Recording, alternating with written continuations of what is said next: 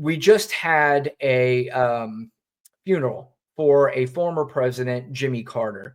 And again, if you are somebody on the MAGA side, first of all, I'm assuming you're new to politics. You're not very you haven't followed politics. And be honest, you haven't followed politics your whole life. You followed politics when your favorite WWE wrestler became a candidate. And when I say WWE wrestler, in that sort of ilk, somebody that resembles a WWE wrestler. And that's when you started getting involved in politics. And you're like, oh my goodness, this is exciting. This is a guy who yells at people and calls people nicknames. And this is easy for me to understand because I didn't understand all the other stuff prior to, but now I understand nicknames. Nicknames are fun. So now I'm going to get involved in politics and I'm voting for this guy, no matter what he says, no matter what he does. And not only am I going to vote for him, I'm going to defend every single thing he does. Like he's my own child. But anyway, if you're new to politics, you are probably going to have horrible and terrible things to say about a former president, Jimmy Carter. Now, even when Richard Nixon died, I didn't have terrible things to say about him. Richard Nixon actually had some good programs that was added to his administration that probably would have been some Democratic policies that would have been passed. In fact, one of the things that he passed, and of course there wasn't cell phones back then, but and if there was, I mean, it was just very high tech and only very few people had them. But one of the things that he had is that people, if you have access to a phone, no matter what, is going to get free access to 911 and emergency services. And that has also now been passed along onto cell phones. So even if you have a cell phone and you don't have cell phone service, you do have access to emergency services.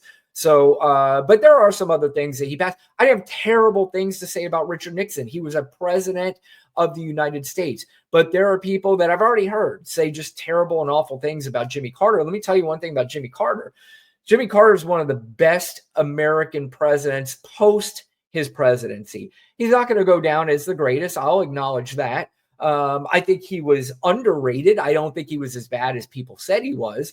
But, he's not going to go down as one of our greatest presidents of all time. But I will tell you again, after his presidency, he is just revered as one of the best men who has served this office, especially post presidency. I mean, this guy is 97, 98 years old, and he's still building houses for Habitat for Humanity. He's still out there hammering nails. He was still out there doing good. He was out there being a diplomat for other countries and talking to other countries post his presidency. So to say bad, terrible things about Jimmy Carter, you're a bad, terrible American. You're not a good American if you do that.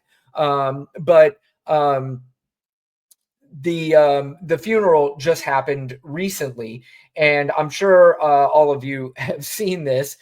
Donald Trump and Melania, his wife, I guess his wife, I really don't know at this point because she barely is seen with him. You can tell that she has disdain for him.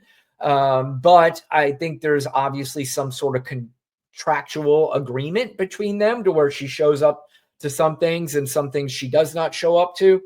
But he walks in and goes by Mike Pence, who, bigger man than I am, shook his hand. I mean, I say bigger man than I am because this man literally tried to have his vice president hanged, or he did nothing to stop it when they were out there chanting it, when they caused the riot and insurrection attempt on January 6th.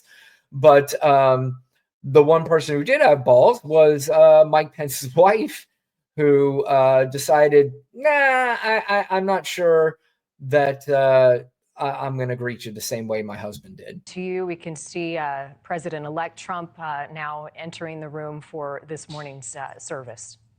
Al Gore, Mike Pence there. with former President Trump. I'm not sure former Vice President Pence and Donald Trump have seen each other. Yeah, there it is. I mean, you could see the snub by Karen Pence, aka Mother, is I believe what Mike calls Karen. But you see the snub there. Mike Pence obviously letting bygones be bygones, I guess.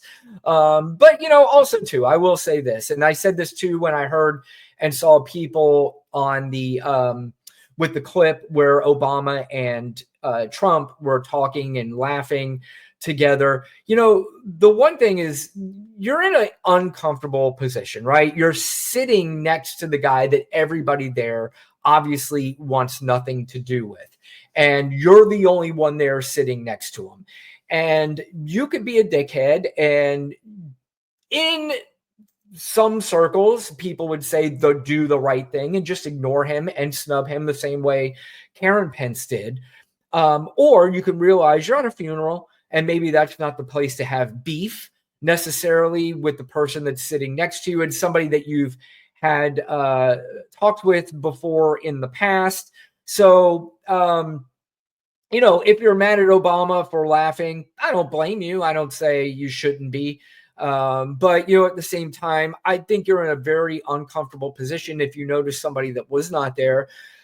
His wife, Michelle, was not there. And the only guess that most people have come up with, the same guess I came up with, is that she knew the seating arrangement. She knew exactly where they were going to be seated. And she definitely wanted nothing to do with Donald Trump. And she would not have greeted him, I don't think, the same way the Mike Pences and Al Gores, as you saw, and Donald Trump. Also, too, I don't have the clip, but George W. Bush walked right past Donald Trump, just said, "No, I'm not greeting you at all." Although I will say it was a little disappointing where George W. Bush, he obviously doesn't like Donald Trump. He can't stand him, and he is not happy with his presidency. But he is the one guy that could have come out prior to the election and said, I endorse Kamala Harris, and I do not endorse Donald Trump. But he decided to stay out of it. And that was disappointing for a lot of people. Democrats, Republicans who are against Donald Trump are very disappointed with that. And, so I don't know. But the fact of the matter is, right now, we are where we are. And Donald Trump, Elon Musk won the presidency. He bought it. And they're going to let Donald Trump think he's the president for a little while, which is cool. But if you saw our last show, we did talk about the dynamic between Elon and Donald Trump and who's going to ultimately win that battle, because there is going to be a battle. But speaking of presidents, let's talk about the one we have right now, Joe Biden, where obviously we're going to have to say goodbye to him in 10 days from now. But he spoke at President Carter's funeral, and he was, obviously speaking about the president, Jimmy Carter, but it also seemed as if he had some pointed comments towards somebody else in the crowd. Let's see if you can guess who it was. We have an obligation to give hate no safe harbor and to stand up to what my dad used to say is the greatest sin of all, the abuse of power. That's not about being perfect, because none of us are perfect. We're all fallible. But it's about asking ourselves, are we striving to do things, the right things?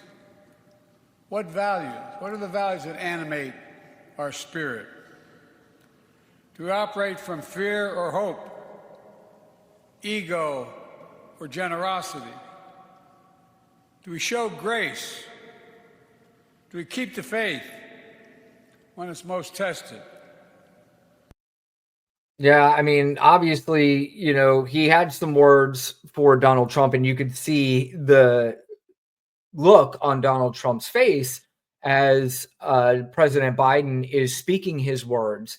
And, good, because Donald Trump should feel uncomfortable in that environment, because he'll sit there and he'll laugh it up with Obama. He'll sit there and shake hands with Pence, and he'll shake hands with everybody and laugh it up and be cordial to everybody to their face. But when he's not in front of them, what does he do? He talks shit about them like the pussy that he is. Instead of being, somebody, the big tough guy everybody thinks that he is, then why is he not a tough guy when he's in front of them? When he sits down in front of them, he's on his best behavior, like a good little doggy, right in front of Obama. He'll laugh it up with Obama and be on his best behavior. He won't talk that shit to his face. And I'm not saying this is something like where Obama will punch him or knock him out or anything like that. But I'm just talking about, everybody keeps talking about he's the big bad tough man. He's not a big bad tough man at all. He did this to Vladimir Putin. When he stood right next to him